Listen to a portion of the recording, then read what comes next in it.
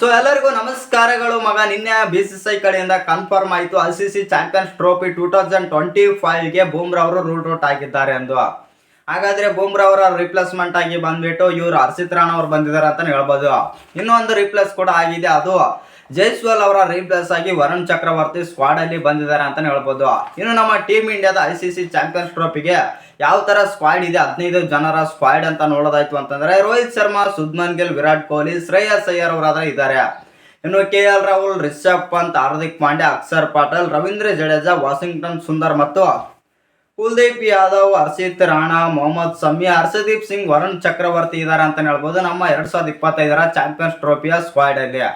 ಹಾಗಾದ್ರೆ ಇನ್ನು ಏನಾದರೂ ಚೇಂಜಸ್ ಮಾಡ್ತಾರೆ ಅಂತ ನೋಡೋದಾಯ್ತು ಅಂತಂದ್ರೆ ಆಲ್ಮೋಸ್ಟ್ ಆಲ್ ಆಗಿ ಯಾವುದೇ ಚೇಂಜಸ್ ಆಗೋದಿಲ್ಲ ಮತ್ತು ಎಲ್ಲ ಗಂಭೀರ್ ಮತ್ತು ರೋಹಿತ್ ಆಯ್ಕೆಗಳ ಪ್ರಕಾರನೇ ತಗೊಂಡು ಹೋಗ್ತಿದ್ದಾರೆ ಅಂತ ಹೇಳ್ಬೋದು ಈ ಸ್ಕ್ವಾಡ್ ಅನ್ನ. ಆದ್ರೆ ಇಲ್ಲಿ ಒಂದೇನಂತಂದ್ರೆ ನಿನ್ನೆ ನಮ್ಮ ಟೀಮ್ ಇಂಡಿಯಾ ಬಂದ್ಬಿಟ್ಟು ಬೂಮ್ರಾ ಅವ್ರನ್ನ ರೂಲ್ಡ್ ಔಟ್ ಎಂದು ಕನ್ಫರ್ಮ್ ಆದ್ರೆ ಮಾಡಿದೆ BCCI. ಹಾಗಾದ್ರೆ ಇಲ್ಲಿ ಒಂದೇನಪ್ಪ ಅಂತಂದ್ರೆ ಬೂಮ್ರಾ ಅವರು ರೂಲ್ಡ್ ಔಟ್ ಆಗಿರೋ ಕಾರಣದಿಂದಾಗಿ ನಮ್ಮ ಟೀಮ್ ಇಂಡಿಯಾಗೆ ಎಷ್ಟು ಇಂಪ್ಯಾಕ್ಟ್ ಆಗುತ್ತೆ ಅಂತಂದ್ರೆ, ಆ ಕಡೆ ಆಸ್ಟ್ರೇಲಿಯಾದಲ್ಲೂ ಕೂಡ ಪ್ಯಾಟ್ ಕಮಿನ್ಸ್ ರೂಲ್ಡ್ ಔಟ್ ಆಗಿದ್ದಾರೆ, ಜಾಸ್ ಹೇಜಲ್ವುಡ್ ಕೂಡ ರೂಲ್ಡ್ ಔಟ್ ಆಗಿದ್ದಾರೆ.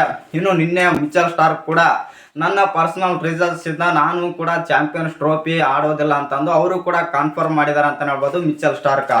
ಆ ಕಾರಣದಿಂದಾಗಿ ಆಸ್ಟ್ರೇಲಿಯಾನು ಕೂಡ ಅಂತ ಬೌಲಿಂಗ್ ನಲ್ಲಿ ದೊಡ್ಡ ಪರ್ಫಾರ್ಮ್ ಮಾಡುತ್ತಾ ಅಂತ ಹೇಳಿದ್ರೆ ಅಂತ ಪರ್ಫಾರ್ಮ್ ಕೂಡ ಮಾಡೋದಿಲ್ಲ ಅಂತಾನೆ ಹೇಳ್ಬೋದು. ಯಾಕಂತಂದ್ರೆ ಮೇನ್ ಸ್ಟಾರ್ ಪ್ಲೇಯರ್ಸ್ ಮತ್ತು ICC ಇವೆಂಟ್ ನಲ್ಲೆಲ್ಲ ಪರ್ಫಾರ್ಮ್ ಮಾಡಿದಂತ ಸ್ಟಾರ್ ಪ್ಲೇಯರ್ಸ್ಗಳೇ ಈ ಬಾರಿಯ ICC ಚಾಂಪಿಯನ್ಸ್ ಟ್ರೋಫಿಯಲ್ಲಿ ಇಲ್ಲ.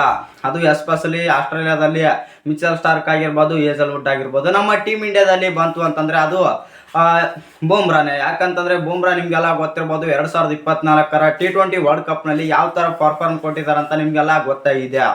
ಇನ್ನು ಅದು ಬೂಮ್ರಾ ಅವರ ಆಟ ಎರಡು ಮಾತು ಆಡೋಕೆ ಆಗೋದಿಲ್ಲ ಅಂತ ಹೇಳ್ಬೋದು. ಯಾಕಂತಂದ್ರೆ ಆ ತರ ಪರ್ಫಾರ್ಮ್ ಮಾಡ್ತಾರೆ ICC ಇವೆಂಟ್ಸ್ ಅಲ್ಲಿ.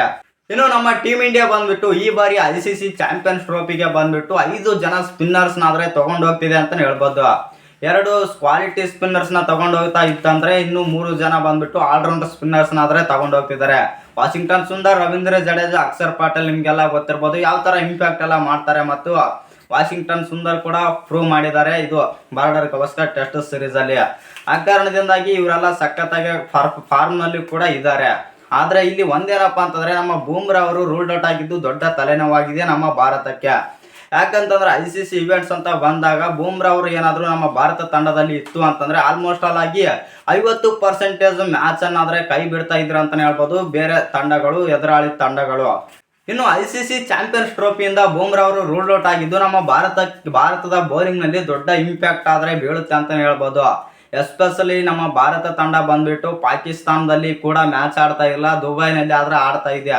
ಪಾಕಿಸ್ತಾನ ಕೂಡ ಬಂದ್ಬಿಟ್ಟು ಭಾರತಕ್ಕೆ ಹೊಡೆಯೋಕೆ ಕೂಡ ಪ್ಲಾನ್ ಹಾಕಿದೆ ಅಂತಾನೆ ಹೇಳ್ಬೋದು. ಆ ಕಾರಣದಿಂದಾಗಿ ಇಲ್ಲಿ ಪಾಕಿಸ್ತಾನದವ್ರು ಏನಾದ್ರು ನಮ್ಮ ಟೀಮ್ ಇಂಡಿಯಾನ ಬೀಟ್ ಮಾಡಿದ್ರು ಅಂತಂದ್ರೆ ಇಲ್ಲಿ ಗೌತಮ್ ಗಂಭೀರ್ಗೆ ಮತ್ತು ರೋಹಿತ್ ಶರ್ಮಾಗೆ ಸಿಕ್ಕಾಪಟ್ಟೆ ಫ್ಯಾನ್ಸ್ ಅಂತೂ ಇವ್ರ ಮೇಲೆ ಗರಂ ಆಗ್ತಾರೆ ಅಂತಾನೆ ಹೇಳ್ಬೋದು.